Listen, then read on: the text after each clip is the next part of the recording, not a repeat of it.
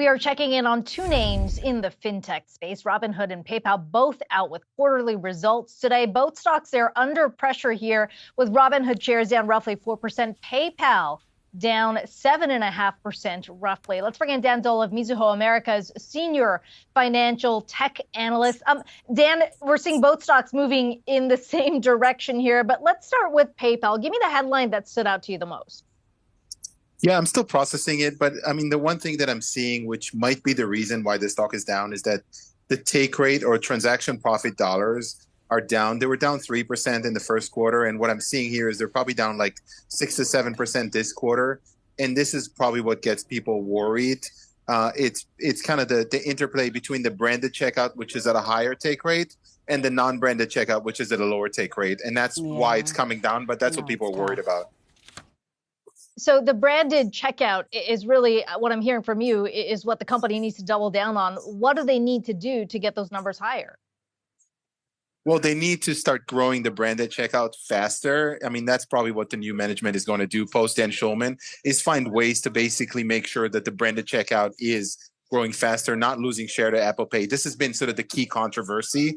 It's the highest margin business, and whenever people see kind of weakness there, I don't think it's weak, but whenever people see perceived weakness there, they start getting worried about PayPal, and that's why the stock is trading down.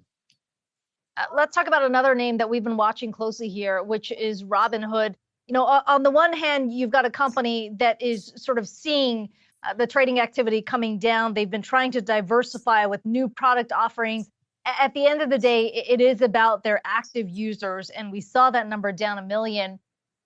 When you look at the new product lines, is that enough to bring some of these users back? How do they make this platform sticky? Yeah, I'm super excited about Robinhood. I mean, I understand why the stock is down, and hopefully you can hear me well. There's people screaming for the last 2 seconds here in the background, but I'm really excited about Robinhood. I think the whole decline in users was very well telegraphed, right? If you think about it, they give you like monthly trading updates, and you saw those. So I don't think this is new news. The bottom line for me, and the reason I'm excited is, hey, you look at IRA. They've done like they got $1 billion already of IRA. 2, they beat revenues. 3, they're actually growing. They become GAAP profitable. Like, I don't think there's any other company in the class of 2021 IPOs that is actually GAAP profitable. And 3, the revenues are doing really well, and the ARPU is basically back to, I mean, it's not back to 2021 level, but it's the highest it's ever been. So I'm looking at like outside that headline, I'm actually seeing results being very, very strong. And to me, that's more important than just a data point on users that really is void of any context without something else. Let's talk about the retirement offering you just mentioned. That is one of the big product offerings that points to the maturity of the company, or the company looking to mature beyond what has been traditionally been seen as sort of day trade, the retail traders. We've known Robinhood traditionally as sort of the place for meme stocks, but where is that opportunity on the retirement front? How much upside do you see when you consider the customers they're going after? I mean, look, the sky is the limit, right? If you think about those 10, 11, 12 million MAUs and growing, I actually think over time they're continuing to grow. They will continue to grow, and they're going internationally. Like, those people are young. They don't have like a real retirement solution. I think over time, as they grow together with Robinhood and they do more and more, this could be like the next Charles Schwab or the next TD Ameritrade, right? I think that's the opportunity. I can't quantify it in a number. We really haven't done sort of that bottom-up work. But think about it. Everyone has a 401k. They're going somewhere when they get jobs at some point when they grow, when they grow up. They stay with Robinhood and they do it with Robinhood.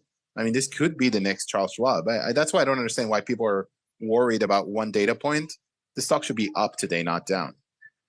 That's quite the statement, the next Charles Schwab, at least in terms of growth opportunity for Robinhood. So we are talking about these two fintech names. I know they're not apples to apples comparisons, but when you look at it from a stock investment perspective, what's the better play? I think Robinhood right now. I mean, that's a great question.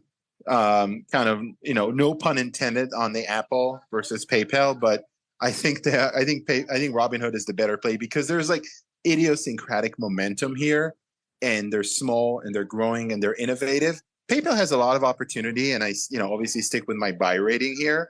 I just think that you need to see who the next CEO is to get more clarity on the strategic direction. I mean, Robinhood to me is a steal. I mean, that one should be. I think the next Charles Schwab is probably a good way to put it. I was going to say the next JP Morgan, but let's start with Charles Schwab and then move on. The next. How about the next Yahoo Finance? Small steps. The next Yahoo Finance. Okay, maybe there's a competitor there. Mizuho America's Dan Dolev. It's good to talk to you today. Appreciate the time. Anytime. Thank you.